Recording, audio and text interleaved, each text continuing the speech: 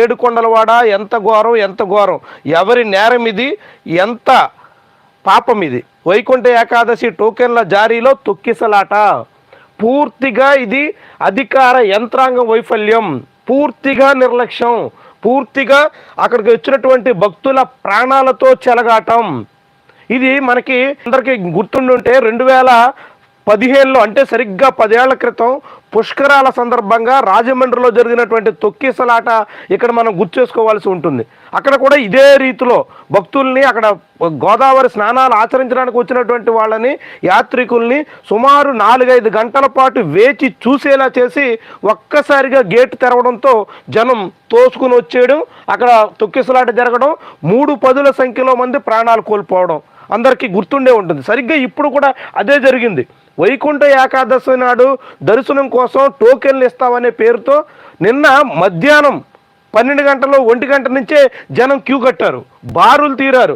అంత ఎండలోనూ అంత అనేక రకాల అవస్థలు కోర్చుకుని రాత్రి వరకు అందులో వేచి ఉంటే అక్కడ దర్శనానికి టికెట్లు ఒక పద్ధతిలో ఇవ్వాల్సినటువంటి టోకెన్లు జారీ చేయాల్సినటువంటి యంత్రాంగం అంతకు భిన్నంగా వ్యవహరించి గంటల కొద్దీ అక్కడ క్యూ లైన్లో వేచి ఉండేలా చేసి ఒక్కసారిగా గేట్ తెరవడంతో జనం తొక్కిసలాట జరిగింది. అయితే ఇది ఒక్క చోట కాదు, 3 చోట్ల తొక్కిసలాట జరిగినటువంటి ఘటన మనం చూడొచ్చు.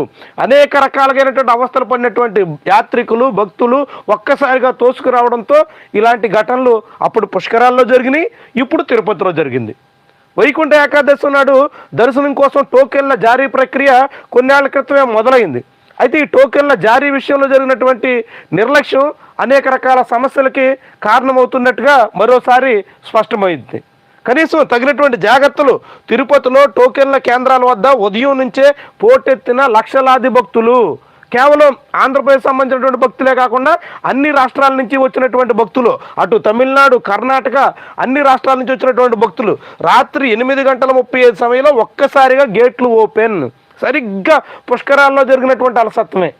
అది ఒక డిఎస్పీ గేట్ తెరిచారు అని టీటీడీ చెప్తుంది. ఎవరు తెరిచినప్పటికీ కూడా ఒక్కసారిగా గేట్లు తెరిచిన తర్వాత అన్ని గంటల పాటు వేచి చూసినటువంటి జనం ఏమవుతారు, ఎంత ఆతృతతో ఉంటారు, ఎంతగా అలసట చెంది ఉంటారు, ఏ రీతిలో ఒక్కసారిగా ఏ చిన్నపాటి ఘటన జరిగినప్పటికీ కూడా ఎలాంటి ముప్పు వస్తుంది, ఎంతమంది ప్రాణాలు పోయాయి, దీనికి బాధ్యత ఎవరిది? రాష్ట్ర ప్రభుత్వం బాధ్యత వహిస్తుందా? తిరుమల తిరుపతి దేవస్థానం చైర్మన్ బాధ్యత వహిస్తారా? ఎవరు దీనికి? అప్పుడు ఆ పుష్కరాల్లో జరిగినటువంటి ఘటన కూడా అదే రీతిలో దానికి వెనక ఏదో జరిగింది, ఎవరో దీని కారకులు అన్నట్టుగా దాన్ని చిత్రీకరించి అసలు కథను పక్కదారి పట్టించే ప్రయత్నం చేశారు. ఇప్పుడు కూడా మళ్ళీ పూర్తిగా యంత్రాంగ వైఫల్యం, అధికార యంత్రాంగం అలసత్వం కారణంగా ఇప్పటికే 6 ప్రాణాలు పోయాయి, ఇంకెంతమంది చావు బతుకుల్లో ఉన్నారనేది నిర్దిష్టమైనటువంటి ప్రకటన అయితే ఇంకా రావట్లా. చాలా తీవ్రమైనటువంటి ఘటన.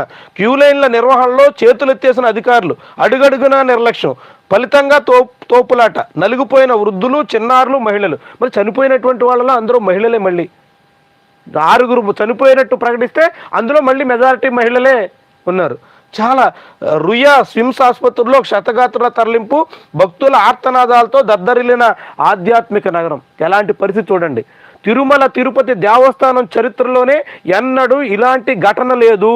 ఇంతకన్నా ఎక్కువ మంది భక్తులు తరలి వచ్చినప్పుడు కూడా కనీసం ఆ బారికేడ్లు తొలగించుకోవడం, లేదంటే దూసుకెళ్ళడం, ఇలాంటి ఘటనలు జరిగాయి. కానీ ఇలా తొక్కిసలాట జరిగి భక్తుల ప్రాణాలు పోవాల్సినటువంటి పరిస్థితి, ఈ రీతిలో ఇంత దుస్థితి దాపురించినటువంటి పరిస్థితులు తొలిసారిగా ఏం జరిగింది? ఎవరి వైఫల్యం? ఎందుకని తగినటువంటి ఏర్పాట్లు చేయలేకపోయారు? ఎందుకని అందరినీ అప్రమత్తం చేయలేకపోయారు? తిరుమల తిరుపతి దేవస్థానం గడిచిన 5 ఏళ్లలో అస్తవ్యస్తంగా మారిపోయింది, మేమంతా సరిదిద్దేశాం, ఇంకేం లేదు, మొత్తం తిరుమల అంతా ఇప్పుడు విలసిల్లిపోతోంది అన్నట్టు ప్రకటనలు చేయడం కాదు కదా, ఆచరణలో చూపించాలి కదా. వైకుంఠ దర్శనం టోకెన్ల దగ్గరే సరైనటువంటి భద్రతా ఏర్పాట్లు చేయలేకపోతే ఇంక ఏం చేస్తున్నట్టు? నిన్న ఉదయం నుంచి ఇదే పరిస్థితి. జనం చాలా కళ్ళు కాయలు కాసేలా ఎప్పుడు గేట్లు తీస్తారు, ఎప్పుడు టోకెన్ తీసుకుంటాం, ఎప్పుడు దర్శనానికి వెళ్తామని ఎదురు చూడాల్సినటువంటి పరిస్థితి. అన్ని గంటల పాటు అక్కడ అలా వేచి చూసిన తర్వాత ఎలాంటి ఆతృత జనాల్లో ఉంటుంది? సినిమా టికెట్ల దగ్గర తొక్కిసలాట జరిగింది, సినిమా థియేటర్ దగ్గర తొక్కిసలాట జరిగింది అంటే అక్కడ అది వేరు. కానీ వీళ్ళంతా గంటల కొద్దీ వేచి చూసి, ఒకటే అరా కాదు, దాదాపు 8 నుంచి 10 గంటల వరకు కూడా కొంతమంది అక్కడ వేచి చూసి తమకు దర్శనం టికెట్ దొరుకుతుందో లేదో, ఆ టోకెన్ మాకు వస్తుందో లేదో అనేటువంటి ఆతృతతో వైకుంఠ దర్శనానికి వెళ్తే ఏకంగా వైకుంఠానికే పంపేసినటువంటి పరిస్థితి. ఏమనాలి దీన్ని? ఎలాంటి తీరిది? ఎవరు నిర్లక్ష్యం, ఎవరు బాధ్యత వహిస్తారు? ముఖ్యమంత్రి ఇప్పుడు వెళ్తారు, అడావడి చేస్తారు, ఏదో ప్రకటన చేస్తారు, ఇంతేనా? ఎంత దారుణం జరిగిన తర్వాత తక్షణమే అందుకు బాధ్యులైనటువంటి వాళ్ళు తమ బాధ్యత వహించి నైతికంగా వైదొలగాల్సినటువంటి అవసరం లేదా? దీని మీద ఇప్పటికే చాలామంది డిమాండ్ చేస్తున్నారు.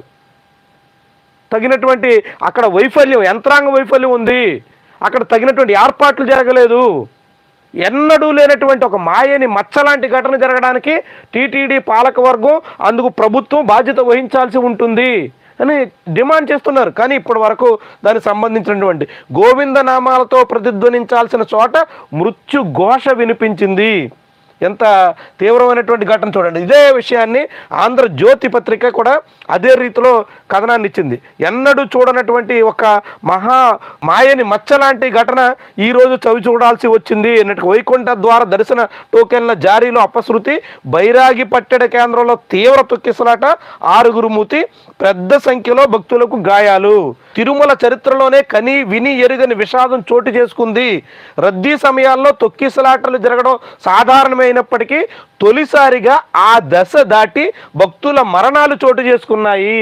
సరే, సహజంగా చాలామంది, వందల మంది, వేల మంది ఒక చోట గుమికూడినప్పుడు చిన్న చిన్న తోపులాట, తొక్కిసలాట ఓ మాదిరి స్థాయిలో జరగడం చాలా చాలా సాధారణమైనటువంటి వ్యవహారాలు. కానీ దాన్ని కూడా నియంత్రించి, అలాంటి జరిగే ప్రమాదం ఉందని తెలిసినప్పటికీ కూడా తగినటువంటి జాగ్రత్తలు పాటించడంలో, తగినటువంటి చర్యలు తీసుకోవడంలో యంత్రాంగం ఎంతటి అలసత్వం, ప్రజల ప్రాణాలతో అంతపాటి నిర్లక్ష్యమా? ఇప్పుడు 6 చనిపోయారు చెప్తున్నారు. 6 ప్రాణాలకి ఎవరు వెలకడతారు? ఏదో నష్టపరిహారం ఇస్తారు, ఏదో తూతూ మంత్రంగా సహాయక చర్యలు అంటారు, ఇంకా ఏదో ఓదార్చేటువంటి ప్రయత్నం చేస్తారు, అంతేనా? ఎందుకని ఇలాంటి పరిస్థితి రావాల్సి వచ్చింది? అంతటి తిరుమలలో వైకుంఠ ఏకాదశి దర్శనాని కోసం చాలామంది భక్తులు వస్తారని తెలుసు, పెద్ద సంఖ్యలో, వేల సంఖ్యలో గుమికూడే పరిస్థితి ఉంటుందని తెలుసు, వాళ్ళందరికీ టోకెన్ జారీలో తగినటువంటి ఏర్పాట్లు చేయాలని తెలుసు. అయినా అడుగడుగునా నిర్లక్ష్యమే, అడుగడుగునా, ఒక్కటే కాదు అన్నింటా నిర్లక్ష్యమే. అన్ని ఏర్పాట్లు చేసాం, ఎటువంటి లోటు రాదు, పక్కాగా చేసాం అని టీటీడీ చైర్మన్ నిన్న రాత్రి 7-6 గంటల సమయంలో మీడియా ముందు మాట్లాడారు. అది జరిగినటువంటి 2 గంటలకే జరిగింది. మరి ఏమైంది? చేసినటువంటి ఏర్పాట్లు ఏవయ్యాయి? తీసుకున్నటువంటి జాగ్రత్తలు ఎక్కడ పోయాయి? ఎందుకని అంతమంది ప్రాణాలతో చెలగాటపడే పరిస్థితి వచ్చింది? చాలా దారుణమైనటువంటి, అత్యంత విషాదకరమైనటువంటి దారుణమైనటువంటి వ్యవహారం. మరణాలు చోటు చేసుకోవడం ఇదే మొదటిసారి. టీటీడీ చరిత్రలోనే ఇది ఒక మాయని మచ్చల మిగిలిపోతుంది. అది ఆంధ్రజ్యోతి రాసినటువంటి కథనం. దీనికి ఎక్కడి వరకు ఏమనాలి? దీన్ని చాలా దారుణమైనటువంటి, చాలా అత్యంత విషాదకరమైనటువంటి ఘటన ఇది.